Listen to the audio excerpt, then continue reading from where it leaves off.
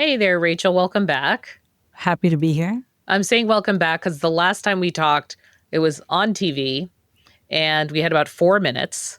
And I remember thinking, I feel like I have more questions than this. Like over and over again, we're all trying to jam in like a massive conversation Yeah, into posts, sound bites, uh, chats like that. Did you have that feeling? absolutely. In fact, I was just about to answer another question, and then I was like, oh, okay. Yeah, thank you for being here. Right, exactly. How did people react to what you were saying? Because it's interesting. You were coming on air to talk about political violence, where we've seen it in the past, what we can do about it. And I remember trying to lean into the what can be done, what can leaders do. And since then, that's become a real source of conversation. And but before we get there, did people like what you were saying? So I would say I've gotten two reactions to what I've been saying. One is that a lot of people want to feel some sense that they can do something, not just the leaders, that they can do something about what they see as a country that is getting really scary. And the fact is, they can do things, but that's not what we're talking about because it seems small, the things that people can do. But in fact, if enough of them do it, it will be quite big. So I was getting that reaction. And then there's a small group of people who get quite angry by hearing what I say. They either think it's both sidesism, or they think it's excusing the actual killer, or they think that it's pointing a finger at who is responsible in a way that they disagree with. And so there is a small group whose need for whose need to identify who is at moral fault here is overriding their need to take down the temperature overall as a country, I think. One of the reasons why I wanted to talk to you is because when I was based in Nashville and I was covering the South, I would spend a lot of time actually talking to people who were civil rights activists. And by then they were in their 70s and 80s. And, they reminded me of a couple things. One, their lives were in danger because this was a period of time in which, particularly the early 60s to late 60s, they were witnessing political assassinations, right? As a country, we were.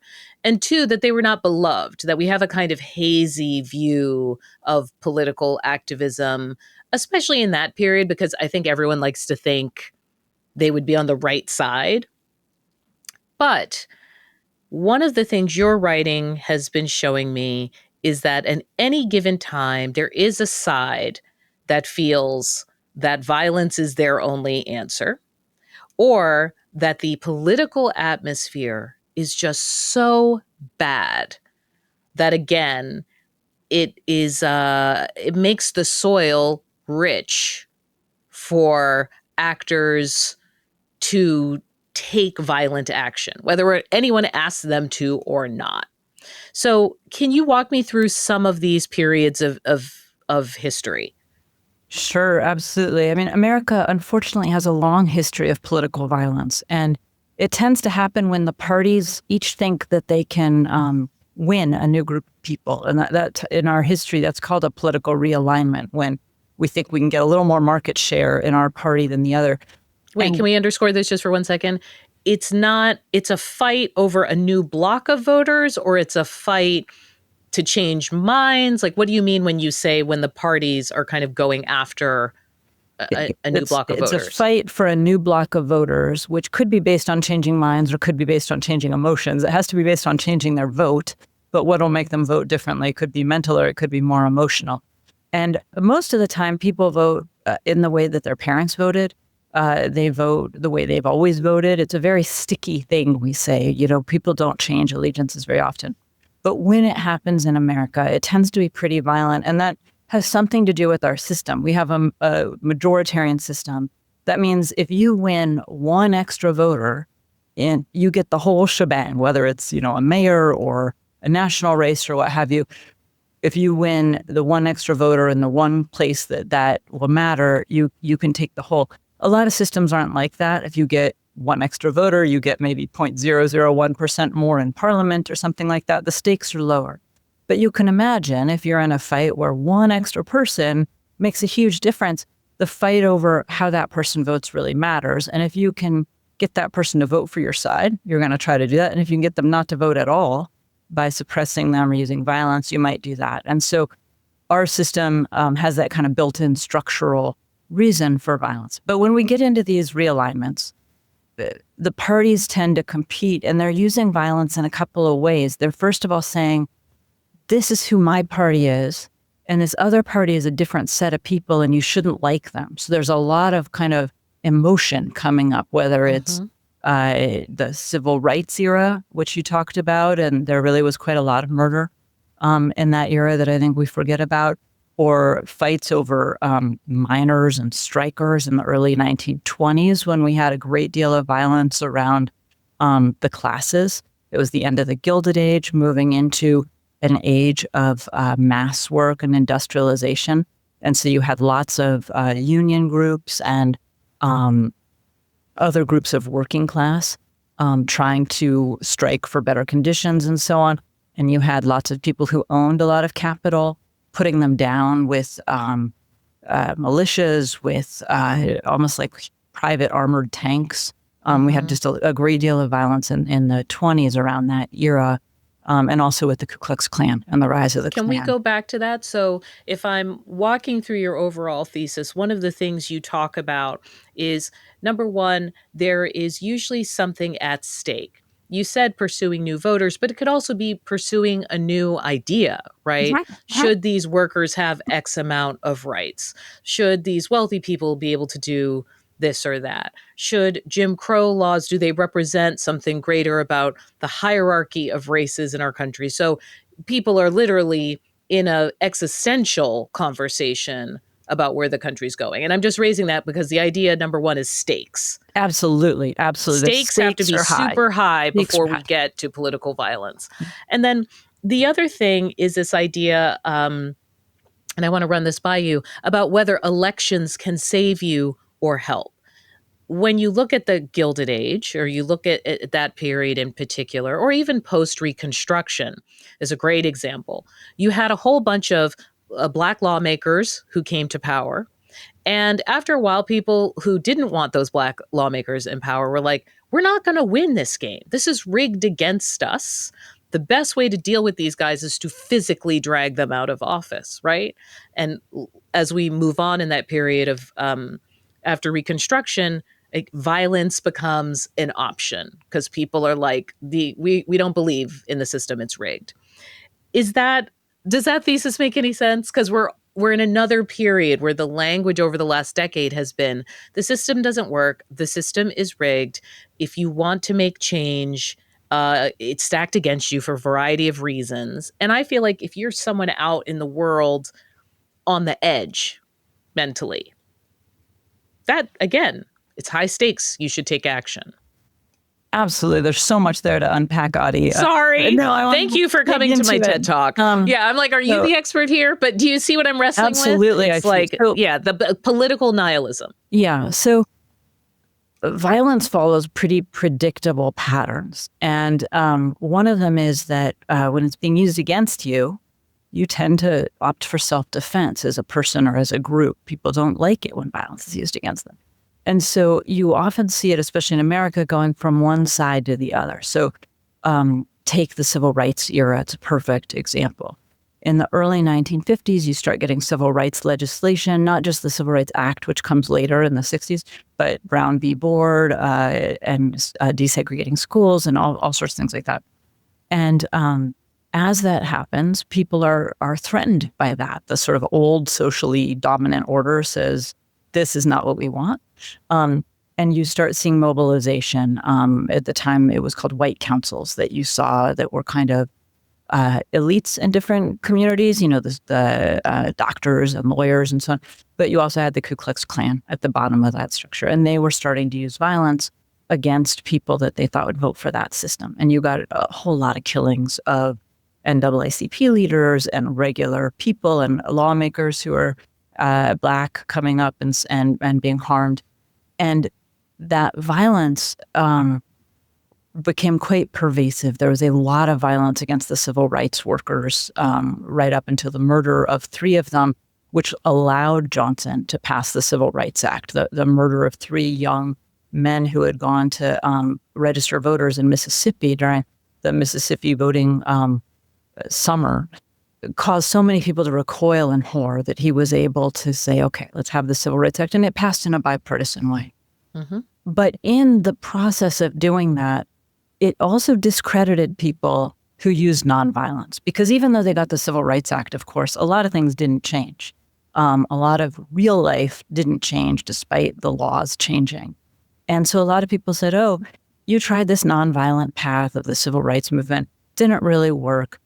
Malcolm X is offering a much better vision of how we make real change, not just legal change, but change in our lives. And so you started seeing the nonviolent getting discredited and a more violent solution getting chosen. We see that in all the countries where... Which took the life even of people within that realm, right? Because overall, societally, you've said, well, sometimes it's going to happen. This side is wrong, this side is right. But like, it is a fact of life that this would happen. Well, so the first thing I want to say is the violence spread to the other side. So it started on the right against people fighting for racial equality. It spread to the left, saying we need to arm ourselves and fight the right. But then it just spread to the more general left. So then you got the Weathermen and the Symbionese Liberation Army and all of this kind of thing. The sense that violence just works. You can use it in society. And as you said, it gets used against your own side too. It gets used to inculcate purity, that your side has to be correct, and people who are dissenters on your side can be violent. Now I would say we are seeing kind of the opposite, where the right has had a growth in violence since 2015. We've seen a kind of far-right growth of violence. It's been meaning number of malicious, like, give me some definitions, because people are being very critical of this. Yeah, it's a fair point. On your side, it's been a lot. On your side, it's been a lot. And as a journalist, I often think, like, I don't know if I want to get mired into an argument about who has hurt more people. I'd like us to stop hurting people. I am exactly where you are. I just want to explain the cycle, because you're seeing it again. But I think you're right that the ultimate place we need to get to actually is for everyone to say, violence just doesn't actually solve... Not an option. Doesn't work, not an option. It just doesn't solve your problems. I mean, our democracy is much more like a bad marriage right now. You know, you can't get divorced. Where are you going to go? And so you just have to go into therapy and work it out. Violence is not an option here, because we're one people. Ultimately, we're one governing system. There's nowhere else to go. And so we have to solve these problems. What we see is that once violence gets normalized as a way to solve problems, it spreads. It spreads not just in a political manner. I was going to talk about violence from one side to the other in the more modern context. It also spreads to just mass violence and school shootings, which we've also seen rise very precipitously since 2015, along with the rise of more politicized violence and more political violence, because it makes people who are less stable think that this is a way I can solve problems, is through violence. Or be heard. That's one thing we've heard a couple of times. And we'll get back to countries and the politics. But one of the reasons I even wrestled with talking with you more is that there is a way that sometimes I feel like this violence maybe is not necessarily right-left.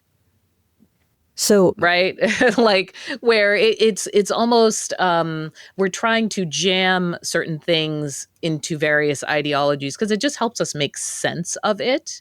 But I don't always think what we're seeing falls exactly in a red versus blue kind of categorization. Certainly not with the people who are violent. When you look at the people who are violent, what you see tends to be people who are isolated. Social isolation leads people to be much more defensive and kind of jumpy. I mean, it makes them more likely to be violent. You see aggression, which actually goes with social isolation. They're isolated and they feel like they have to defend themselves more. I mean, think of an animal that's kind of alone and feels jumpy and feels like, oh, I'm going to get more defensive. That happens to us too as human beings. You also tend to see instability, like life instability, people who have lost a job, lost a parent, lost a girlfriend or boyfriend, although usually girlfriend, it is a much more male Yeah, but there's a activity. catalyst, an emotional catalyst of There's some kind. a bunch of identity dislocation. So what you tend to see is these people, all those are personal factors. None of those are political.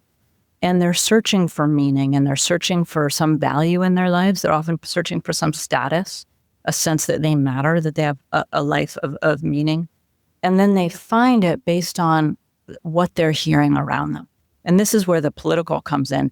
It's not that that person is so political. In fact, often they're drawing from a kind of a hodgepodge of conspiracy and ideas. They're often not particularly inculcated in one idea. You might remember that some of the jihadis who were caught using political violence for jihadism 2 decades ago were caught reading a book called Islam for Dummies. It wasn't that they were deeply ideologically Islamic, but they were looking for answers and they found it, and they were kind of novices at it.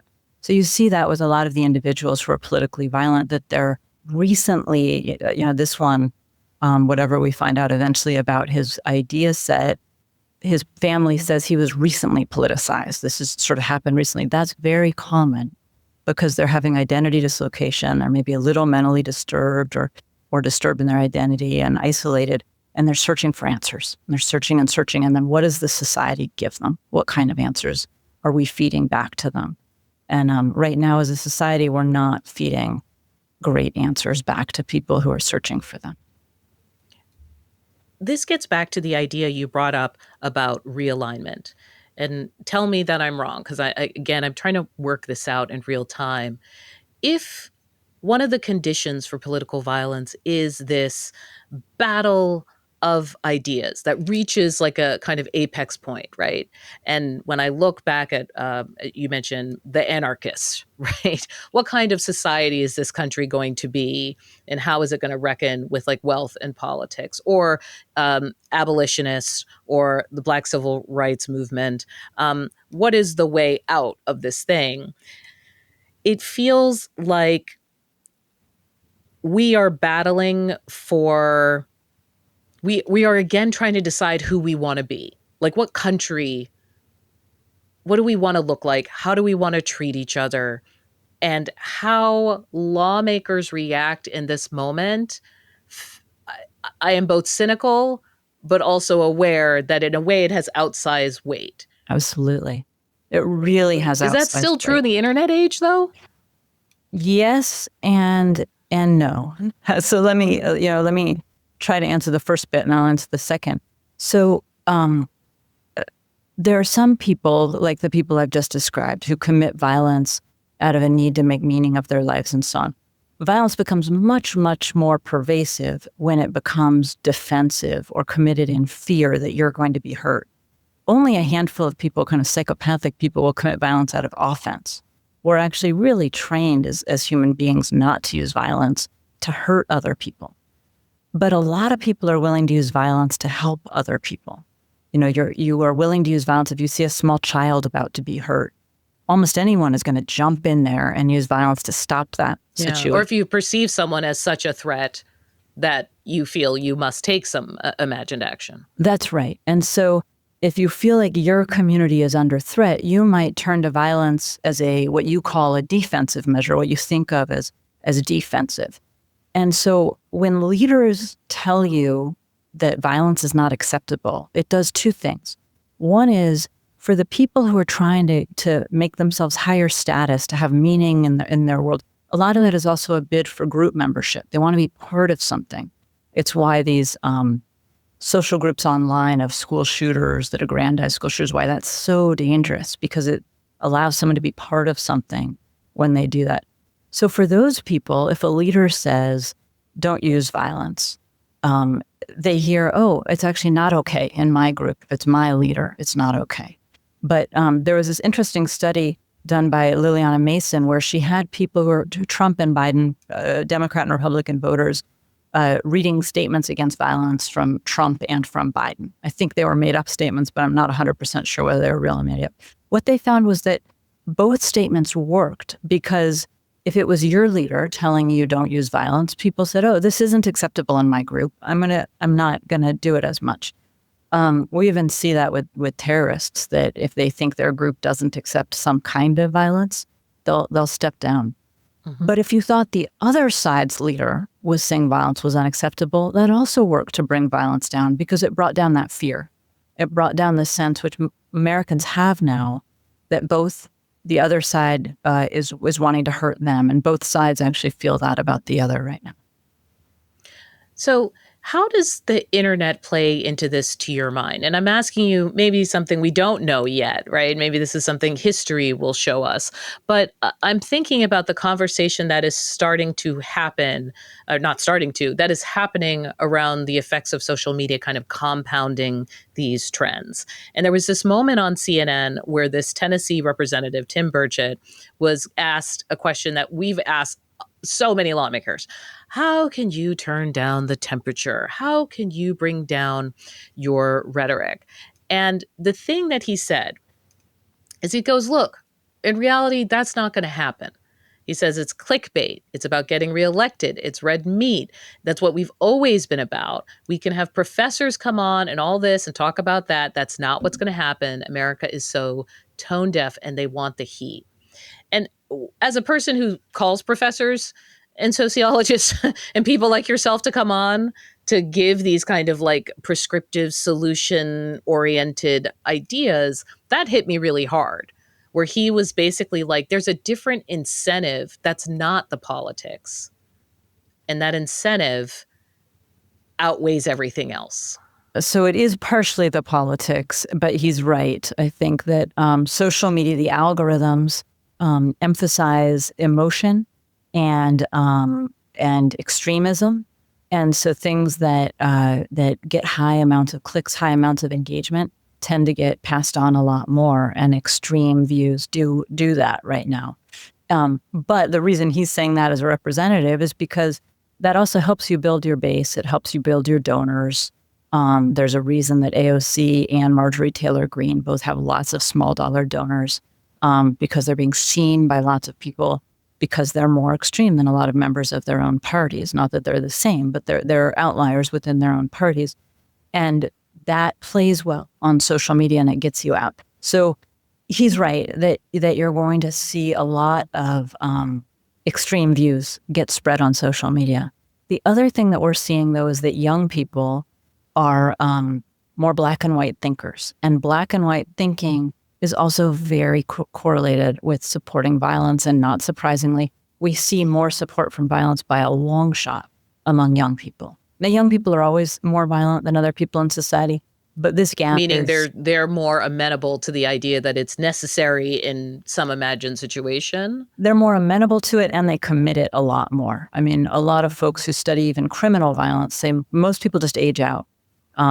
You just get sort of tired of that way of acting by the time you hit your mid-30s. And so you just see a really sharp drop-off in both committing violence and being willing to support it as you move from teens and 20s into mid-30s. And what we're seeing now, though, is a bigger gap, that young people are more willing to believe that violence might be a solution. And that might have something to do with their age, because we've always seen it. But if you think you've always seen 10%, but now it's leaping to 20%, or, that delta, part of that might have to do with a desire for more cognitive closure, which you get. That means, you have to say this black and white. I'm going to give you a minute. What do you mean by that? Because to me, I'm going to say it's not a shock that the generation who grew up with school shootings is not surprised that violence is a part of political life, that they may see it generationally differently, but you're saying there's something else. I mean, you could see them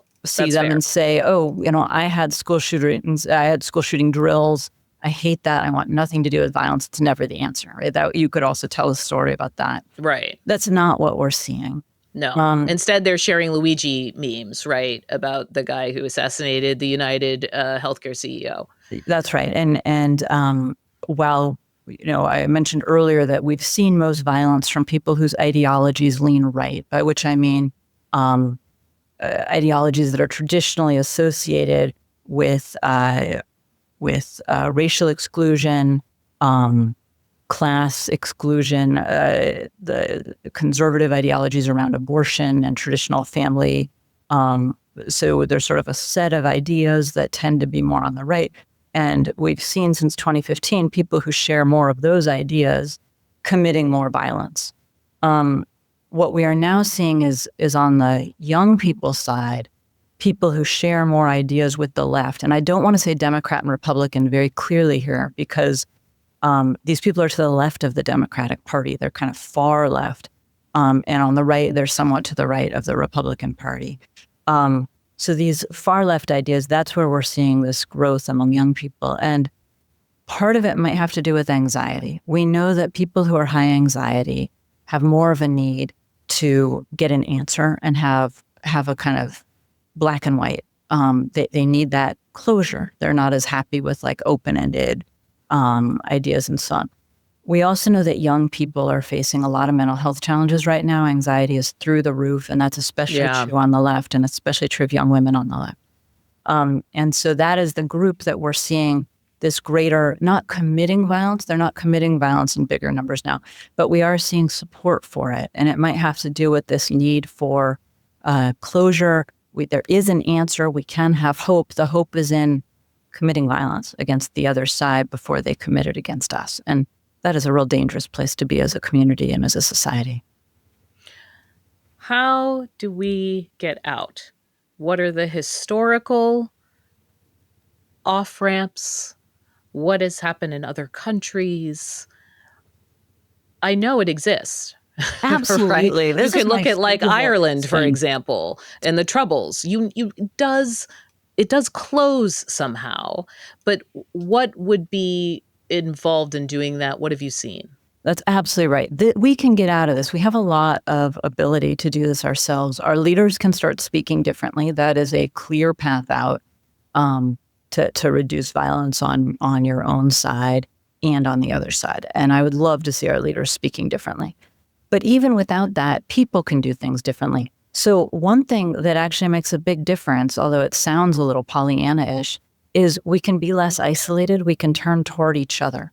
And because isolation, as I was saying, can lead to anxiety, can lead people into this path of violence, having more groups, being part of more things in your body, not just online, but getting out and doing stuff together, reaching out to people who are lonely, this actually can have a large knock-on effect on societal violence. We can also have less need for this cognitive closure.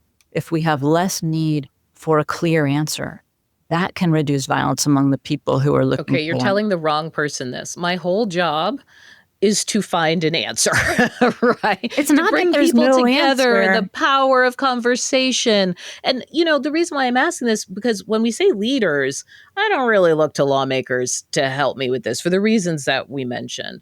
But even like this last couple days, there was a pastor who went viral for a sermon he gave. It was a Black pastor, and he was talking about not, quote unquote, kind of whitewashing the language and body of work from Charlie Kirk. And also talking about how if this is an administration that cannot have empathy, public empathy for a Democrat, right, a lawmaker who has been murdered, he was sort of saying rhetorically, then why should we like have this same kind of empathy in a way? I'm not, we're going to play it. Yeah. So I'm not No, going to. I get it. Yeah. But the reason why I'm asking that's the pulpit, right? Like that is the this is not a scenario where, as someone might say in marriage therapy, well, do you want to be right or do you want to be married? We want to be right.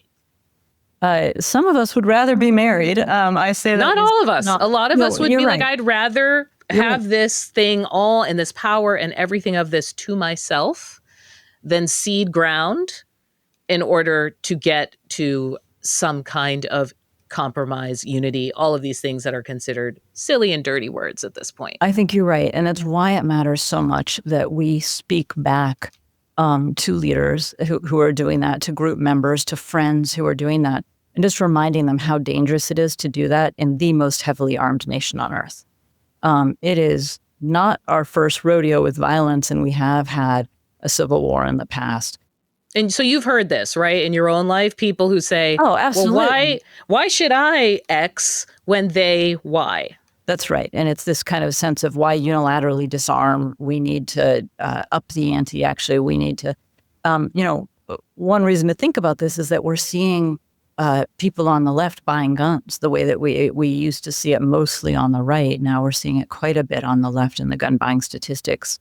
That's not good. It's not good in the most heavily armed nation on earth.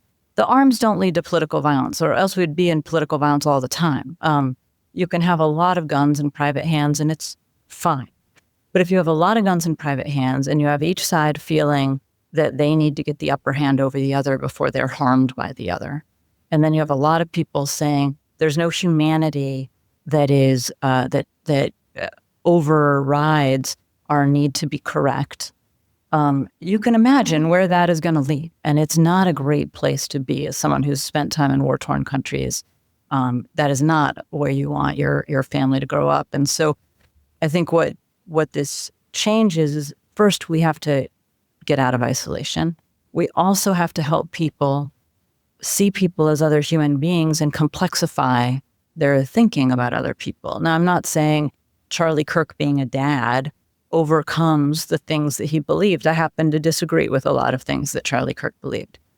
But I'm saying that murdering someone who has a lot of beliefs that I disagree with, think how many people one of us would have to kill if you kill everyone who disagrees with you, who has some modicum of power. This is not a way that you move society forward. You move society forward by trying to get everyone to reduce the temperature before we get in that kind of a tit-for-tat violence out of fear. But do you think that's, when you look at historically, is that what happens? Like when you look at other ways out, how did we exit periods of what you call political realignment and the violence that may have been involved there? So there's a couple of things that can happen. One is that one party just starts winning decisively and the other party really can't win through violence. They sort of give up on that. Another is that the fever breaks, but often the fever only breaks after a lot of violence. So in Northern Ireland, for instance, you saw the leaders actually wanting, quite famously, there was a retreat that brought a lot of leaders from all sides of that conflict away, and they talked about it and they figured out some ways to work together. And they tried to bring that back to their people. And the people were much more extreme and basically accused the leaders who were bringing that back as being traitors. And so the leaders were discredited and the troubles went on for a number of years more. So the fever breaks when people say, actually, I'm tired of going shopping and having bombs go off and not knowing whether I'll make it home. This is happening so frequently that's not the life I want to live.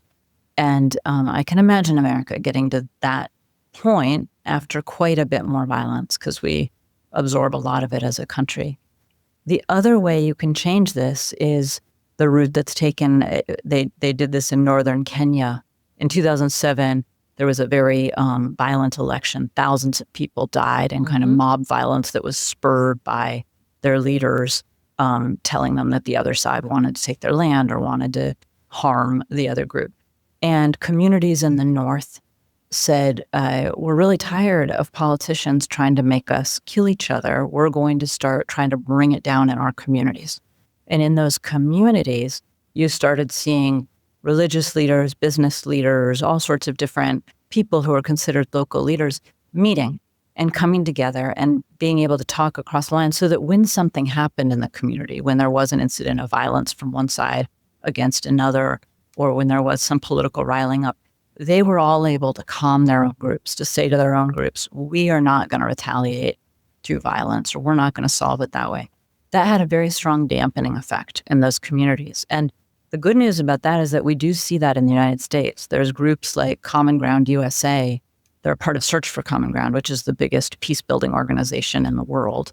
And they have a program here because they think we need some of the same techniques. And these are some of their techniques that they use, where they bring people together in Springfield, Ohio, or Pennsylvania after the firebombing of the governor's house, different places, Utah, and they say, how do we turn toward each other? How do we talk? And how do we at least build community within the leadership of this community so that they can tamp down violence when the national politics is so ugly?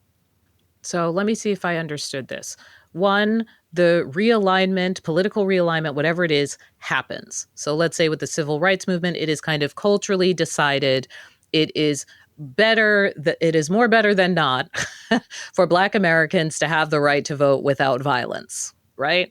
And then there's also backlash, which is we don't think we want to live this way. And as you mentioned, especially during that period, we're talking 6, 7, 8 assassination type killings of activists, right? And a president, and civic leaders. So people really start to want order, and it feels more disruptive than anything else.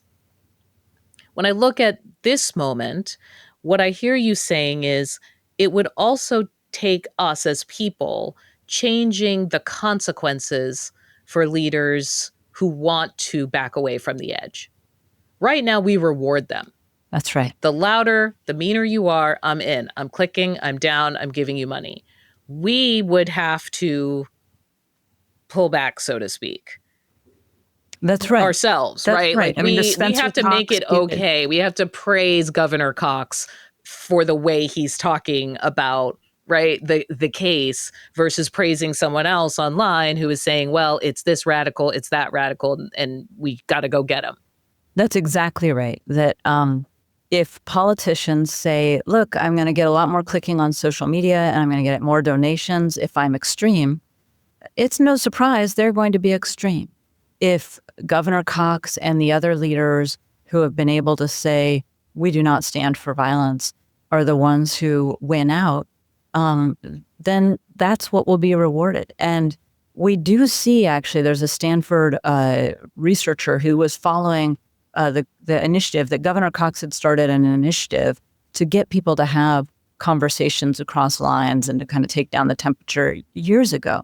And the Stanford researcher studied politicians who were in his videos. He had these videos where people who were candidates against one another would say, I really disagree with everything this guy stands for, this woman stands for, but I respect their right to be in opposition, a loyal opposition, that they're not bad people.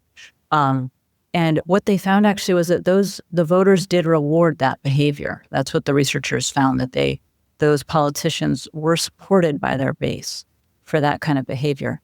We just need to start seeing it in real life. Otherwise, the politicians will choose a different path. Well, thank you so much for talking with us. I really appreciate your time. Rachel Kleinfeld, appreciate you. Thank you.